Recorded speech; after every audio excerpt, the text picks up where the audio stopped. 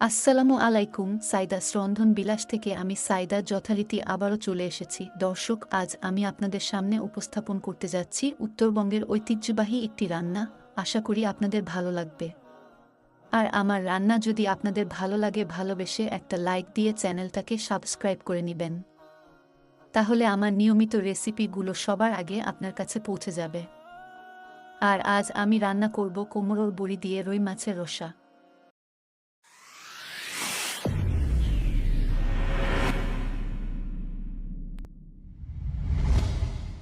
রান্না করতে যা যা লাগছে, আমি এখানে 9 পিস মাছ নিয়েছি। মাছগুলোকে আমি চাইনিজ কাট করে নিয়েছি। আমি আগেই 1 চা চামচ করে লবণ, হলুদ এবং মরিচের গুঁড়া দিয়ে মেরিনেট করে রেখেছিলাম।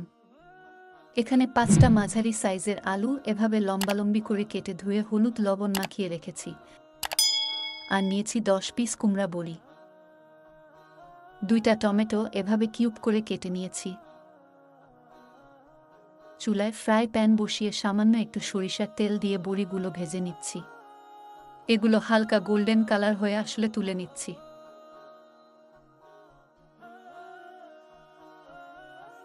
একই প্যানে আবার পরিমাণ মতো সরিষার তেল দিয়ে দিলাম। তেল গরম হলে মেরিনেট করা মাছগুলো একে একে প্যানে দিয়ে দিলাম। মাছের এক সাইড ভাজা হয়ে এলে উল্টে দিচ্ছি। মাছ বেশি শক্ত করে ভাজা যাবে না, এভাবে হালকা গোল্ডেন কালার করে মাছগুলো ভেজে তুলে নিলাম। দেখুন, 2টা সাইডই আমি এভাবে ভেজে নিয়েছি। আরও একটু সরিষার তেল দিয়ে আলুগুলো দিয়ে দিলাম। আলু সমস্ত প্যানে ছড়িয়ে দিয়ে ঢাকনা দিয়ে ঢেকে দিলাম। চুলার আঁচ এবারে মিডিয়াম লো করে রাখব। এক সাইড ভাজা হয়ে গেলে আলুগুলো উল্টে দিয়ে আবারও ঢাকনা দিয়ে ঢেকে রাখব। আলুগুলো ঢাকনা দিয়ে ঢেকে রাখলে 70% সেদ্ধ হয়ে যাবে। দেখুন, আলুগুলো সুন্দরভাবে ভাজা হয়ে গেছে, এবার তুলে নিচ্ছি। এবারে অন্য একটি পাত্র নিয়ে তাতে দিয়ে দিচ্ছি 1/3 কাপ সরিষার তেল। 1 কাপ পেঁয়াজ কুচি দিয়ে দিলাম। এবারে পেঁয়াজ ভেজে যখন অনেকটা গোল্ডেন কালার হয়ে আসবে, তখনই এর মধ্যে দিয়ে দেব 2 টেবিল চামচ পেঁয়াজ বাটা।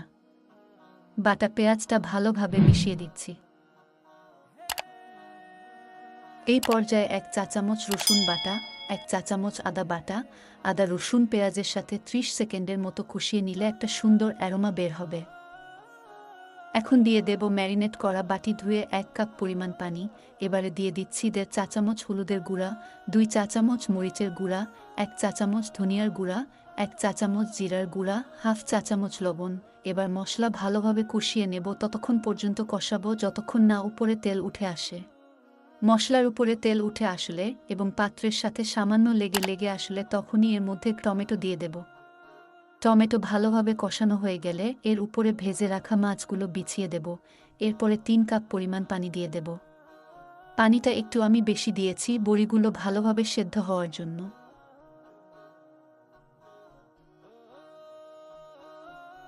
পানিতে বলক চলে আসলে এক সাইড করে দিয়ে দিচ্ছি ভেজে রাখা বড়ি, অপর সাইডে দিয়ে দিচ্ছি ভেজে রাখা আলু।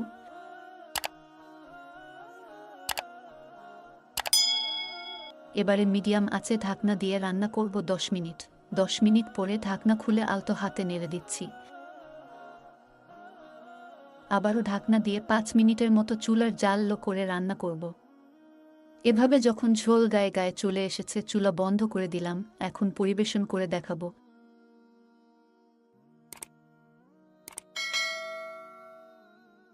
দেখুন, বড়িগুলো একদম ফুলে ডাবল হয়ে গেছে। আলুগুলো ভেজে রান্না করার কারণে ভেঙে যায়নি, আবার খুব সুন্দরভাবে সেদ্ধ হয়েছে। দর্শক, আপনারা আশা করি এভাবে রান্না করে খেয়ে আমাকে কমেন্ট করে জানাবেন। আজ এ পর্যন্তই। সবাইকে আল্লাহ পাক ভালো রাখুন, সুস্থ রাখুন। আল্লাহ হাফেজ।